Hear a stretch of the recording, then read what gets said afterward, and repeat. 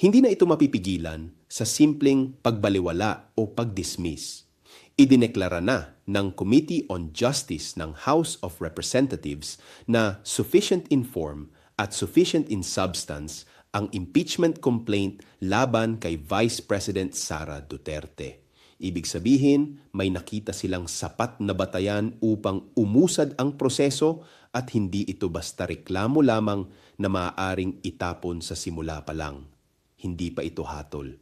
Ngunit malinaw na ang usapin ay umabot na sa seryosong yugto ng pagsusuri sa ilalim ng konstitusyon. Ang impeachment ay mekanismo ng demokrasya upang tiyakin na kahit ang pinakamataas na opisyal ng pamahalaan ay mananagot kapag may mga tanong tungkol sa paggamit ng kapangyarihan at pondo ng bayan. Sa isang demokrasya, hindi sapat ang sigawan ng kampo o pagtatanggol ng mga taga-suporta. Ang mahalaga ay kung paano haharapin ang proseso, ang ebidensya at ang pananagutan sa bayan. Ako si Bishop Tonyo, obispong migrante sa Europa at ito ang Damdaming Makabayan. Hanggang sa muli!